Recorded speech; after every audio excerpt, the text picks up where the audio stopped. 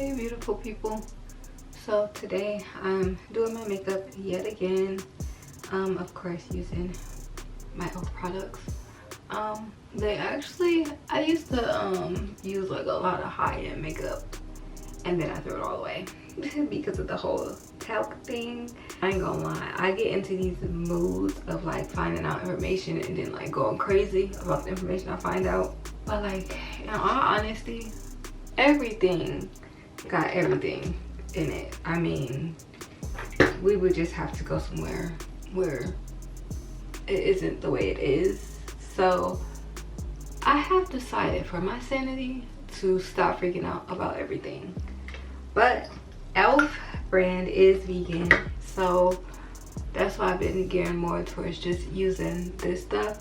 For me, honestly, it's more beneficial because I just have a lot of sensitivity to a lot of things, and this doesn't make my face itch a whole lot like some products do when I use it. And I just use a super light a super light one. So I actually sandwich my foundations these days, so I really don't even care that this is a little too light, because I'm just going, this is my first layer where I'm just getting all of this, all of these marks a little bit hidden without really trying to work the product all the way in and all of that. Wow, it literally looked like I got on lotion over this. I try my best to like work around my moles to hopefully make my foundation look a little bit more like natural, where it's not like super heavy duty. But I got some eyeshadow primer that I'm actually gonna use in my smile lines. You know how like you use Paint Pop by MAC? I just haven't bought that one. It's like $20-something for it, and I just was like, well, let me try this first. It's more on the inexpensive side, so I want to see if I put this there, if it would help minimize my foundation from seeping into those spots. So that's why I'm doing this. Dang, this one kind of look a little too darker than this one, but I think my makeup is looking like that because of my moisturizer. I am not sure, y'all. So now my favorite part is going on. My favorite part is going in with concealer. I love it. However, because it is a cream, I don't like the way it sets by itself, and I don't like how it sets without something on top of it, which made me start sandwiching my foundation. So with this, I go over again all of those spots, because now I can really get the coverage that I'm looking for with the concealer. So I go over. I just feel like when I sandwich it, it could all be in my head, but I've done it the other way as well, just regularly applying it. But I feel like sandwiching it helps it stay in place and helps it give the coverage and the look that I'm actually looking for. So hopefully this time around it goes good, because this first layer is so light. So yeah, I'm just gonna have to go over with that darker shade after this, and hopefully I don't become too dark of a shade either. I should just mix them.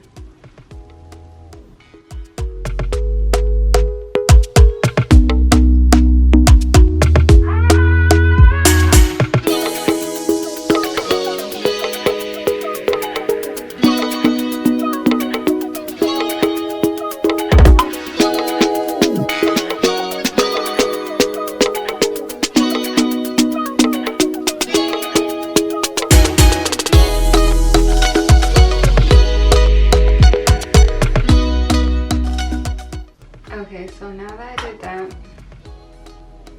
it definitely is showing up way lighter on the camera, which is crazy. But I am paying attention to that though, because I still don't want it to look like that, even if it is just the camera. So now this shade is a little bit darker. So I go in with the first foundation. With the first foundation, you see they're a little bit, you know. This one is the shade 4, medium shade 4. And this one is medium shade 5. But now I'm going to go on with the shade 5. And as you see, the first go around, I used the brush. And now I'm going to go over with my beauty blender, my texturized beauty blender. I love that because it allows the foundation to sit inside of, like, to sit in the pores instead of like on it. If that makes sense, like it gives me the real skin effect, you know what I'm saying? Maybe, maybe not. And I'm just going to go ahead and blend this last layer together. This complexion, this shade actually came together really, really good. So I'm very pleased with that because I was a little nervous.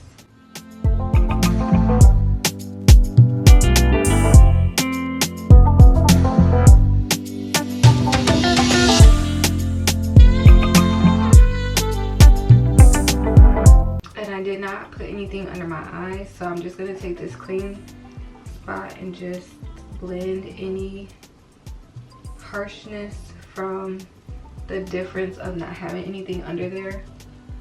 Blend that to where it gives me that natural effect under my eyes. I don't really like to cover my dark spots under my eyes all the time, just because I don't know, sometimes it being too bright is a little bit off-putting for me too. I don't know, the way I do things change on a day-to-day basis, so that's all I know. I did also buy a bronzer to help set my contours because I didn't have any to set it. I'm nervous that it might have a little bit of a reddish undertone. That's always my issue, but hey. So I actually have this foundation because I found that the contours always had too much of a red undertone. So I just got like a deeper foundation color for myself to use as a contour. This is the shade Deep Neutral 53. So then I'm actually gonna take the beauty blender for this part and blend it. And I blend going up. And I feel like that gives me like a natural looking contour.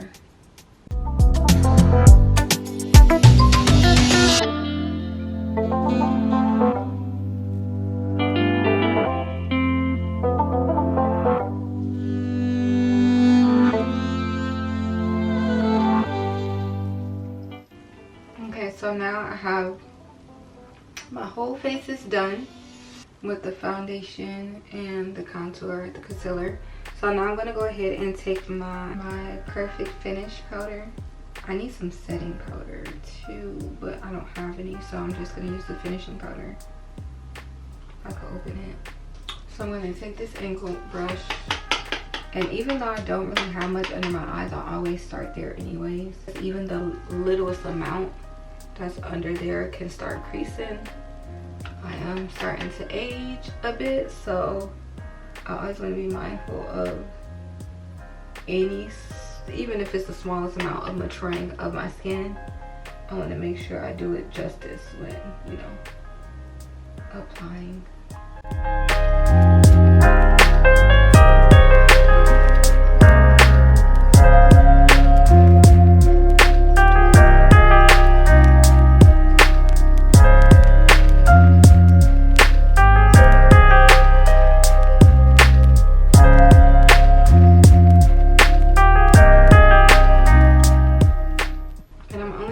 Smaller brush because I have so many brushes dirty that I need to clean.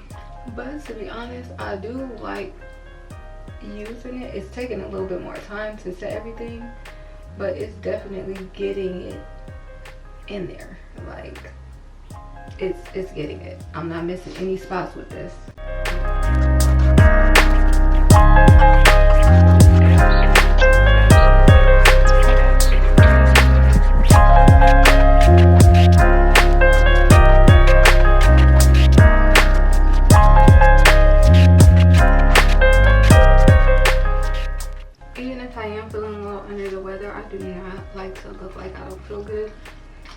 for me, doing all of this helps me in ways that like I can't even really express. Like I be needing this sometimes, you know, to feel better. Like even if it's just a moment. Sometimes a moment matters so much.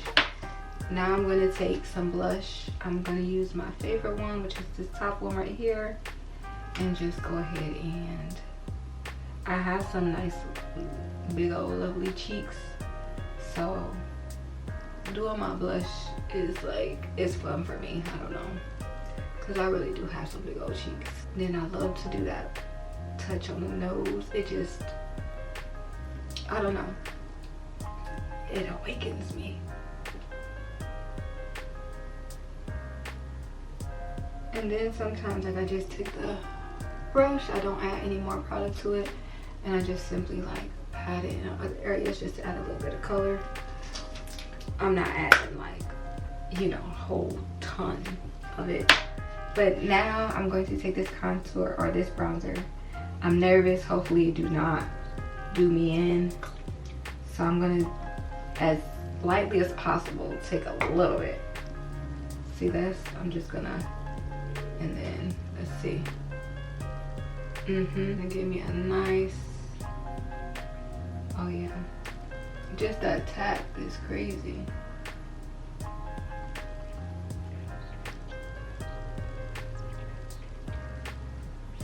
Yeah, I like this. It looks very natural. Obviously, if I do more than just a tap, I can get more out of it, but I'm loving this sun-kissed look that this is giving me.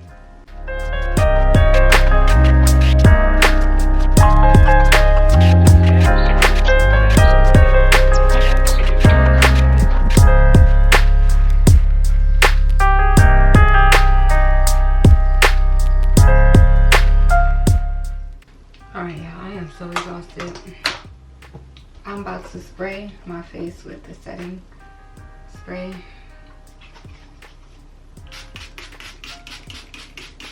I didn't think my kids understand what I go through for them. I'm exhausted. I can barely talk anymore right now. I'm losing my breath. I'm gonna have to drink my electrolytes. Okay, so now this is the only thing. This and this. These are the only things that I use in this makeup look that are not e.l.f. So this is from NYX. This is a lip oil. The fat oil, chilling like a villain. I do like these. I just don't like them when it's time to drink something, to be honest. But I don't like it. As long as I don't get too close to that inner line as well, because I do find sometimes it does cake up there. You know what I'm talking about, with the little cast where it like meets your saliva, you know. Yeah, I went from being a kid with the most crustiest lips to like having very plump, juicy lips. Alright. But this is the makeup look.